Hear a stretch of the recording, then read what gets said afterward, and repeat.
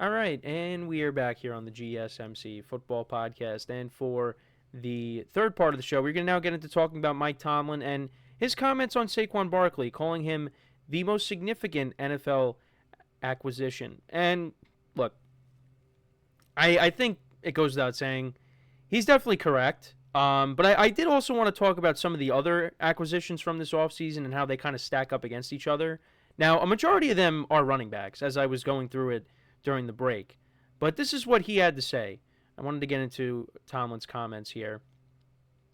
And, well, first of all, he called this matchup with the Eagles the Pennsylvania State Championship. And some of his other comments, this is on Saquon Barkley. Like I said, and like the segment title says, calling him the most significant acquisition in the NFL in 2024. That's what the tape looks like. He's been dominant, eye-opening at times, obviously highlight reel caliber plays, long runs, touchdowns, etc. It starts there for us. If you can't minimize him in some way, you're not even going to position yourself to have a chance to be successful.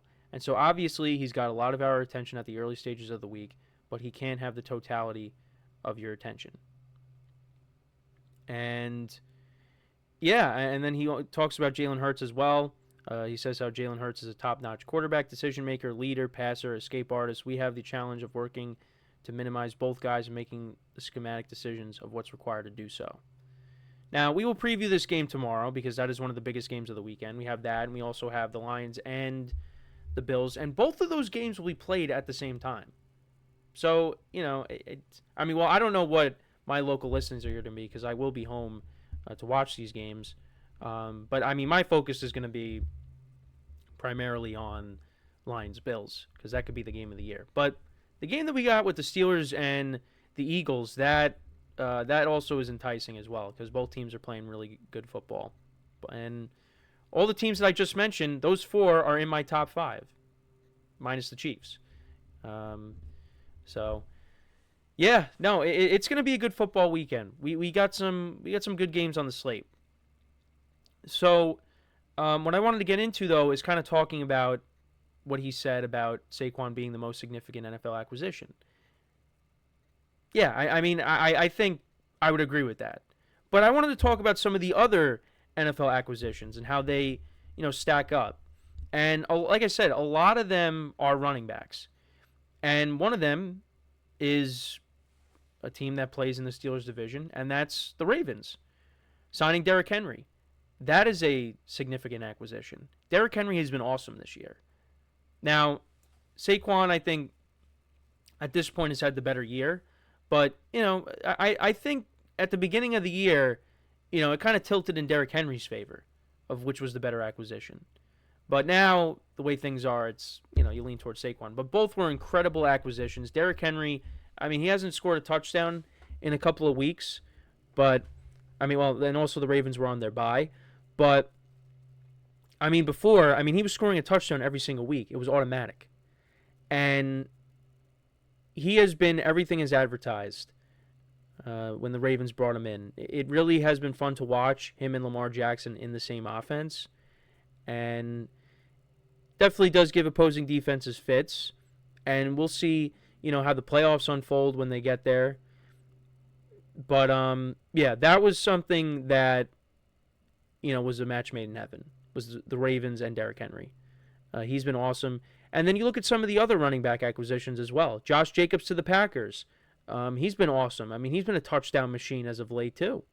Joe Mixon with the Texans.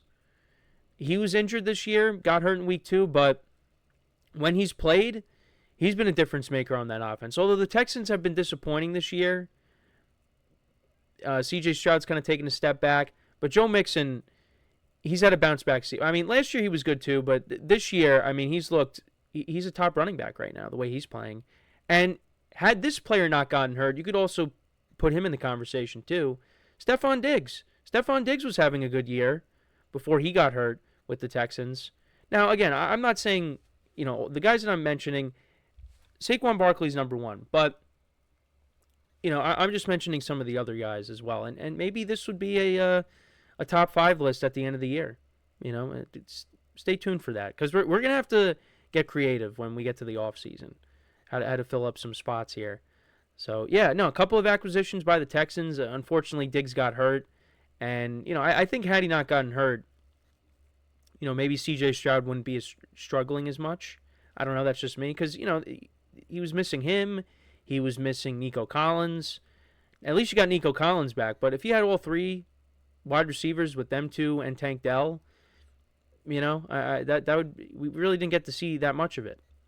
So, but yeah, no, a couple of Texans, and even the Vikings. Look at the Vikings. We're going to talk about one of them later in the show. But Sam Darnold, that acquisition of Sam Darnold. What would have happened if the Vikings didn't bring in Sam Darnold and J.J. McCarthy gets hurt and you're stuck with Nick Mullins for the whole year? Are the Vikings 11-2? Probably not. Probably not. So you got to take a look at that. Also getting Aaron Jones as well. Aaron Jones has had a good year, but Sam Darnold, he has had a great season, a career best, and I don't want to talk too much about it because we want to save that for later in the show. You could also look at well, actually, before I move to the defensive side of the ball, look at Mike Tomlin's own team, the two quarterbacks that he brought in. Russell Wilson has been a surprise since he stepped into the starting quarterback role. He has played some good football. Now, I'm not saying he looks like the Russ from Seattle, but definitely looks better than how he looked in Denver. And I didn't really think that was going to be the case. I thought we were going to kind of see more of that version of Russ. But, I mean, last year he was okay. But this year he's definitely been better than 2024 Russ. And, it helps when you have a coaching staff that believes in you. And the Steelers, they're always a good football team. Now, the Broncos, it didn't end up working out for both teams. Because the Broncos are in a playoff spot right now. The Steelers, they're leading their division. So it's just, it was better off that you had the Broncos and Russ part ways with each other. But you got to say that Russ was a significant move too. Because him and Justin Fields, they've helped put the Steelers in this position. Like, are the Steelers 10-3 with Kenny Pickett and Mason Rudolph at quarterback this year? I don't think so. The quarterback position of the Steelers has kind of made a difference this year. And you could say, like I said, you could say the same thing with Sam Darnold. Like, are the Vikings 11-2 if they don't get Sam Darnold? I mean, it depends. Like, would they have went out and got somebody else? Because, you still have Nick Mullins on the team. Like, what if they brought Josh Dobbs back to back up J.J. McCarthy? Yeah, they're probably not 11-2. So, yeah, most of the moves are running backs and, a couple of quarterback moves in there. But you also have, Xavier McKinney on the Packers. Look at how many interceptions he has on the season. Giants miss him. They definitely miss him. He's had a great year. He could win Defensive Player of the Year. Also, actually, another one I thought about too, this is a wide receiver, is Jerry Jeudy. Jerry Jeudy is having a good year. I mean, look at the performance that he had against the Broncos a couple weeks ago. And this started happening once, they traded Amari Cooper. Now Jerry Jeudy was the main guy.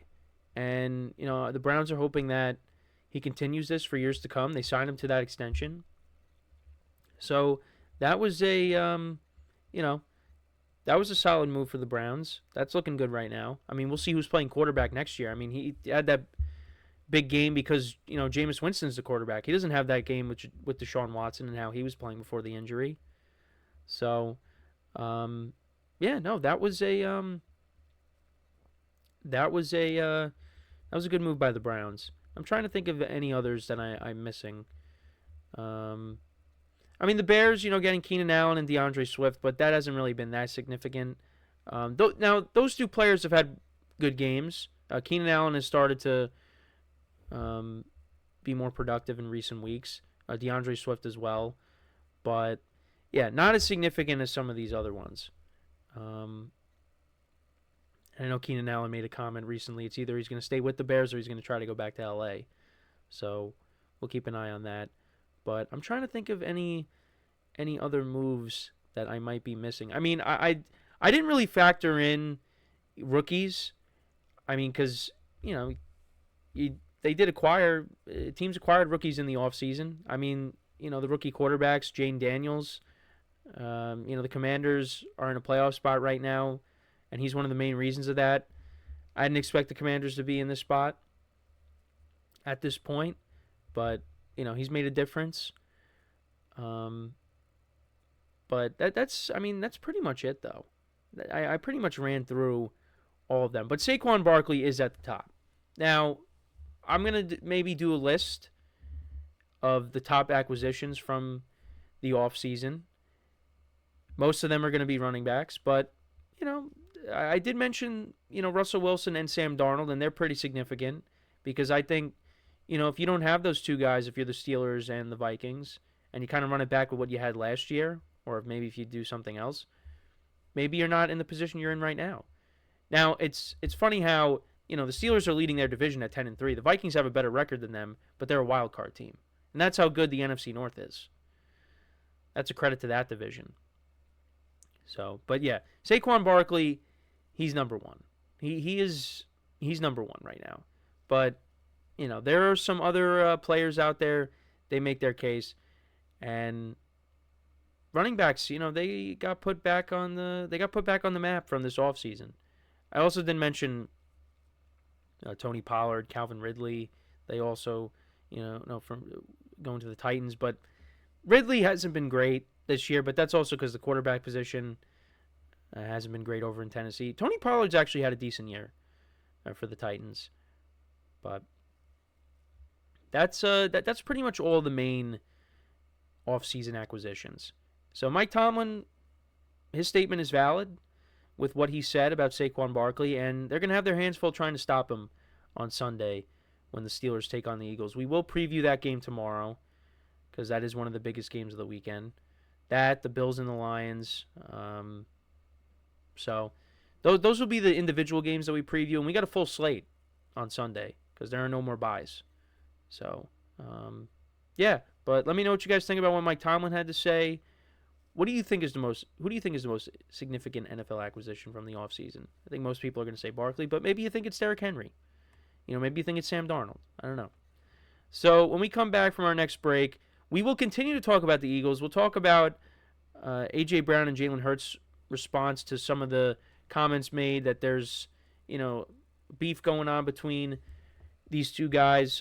So we'll get into that discussion when we come back from our next break. So with that being said, stick around, and we'll be right back here on the GSMC Football Podcast.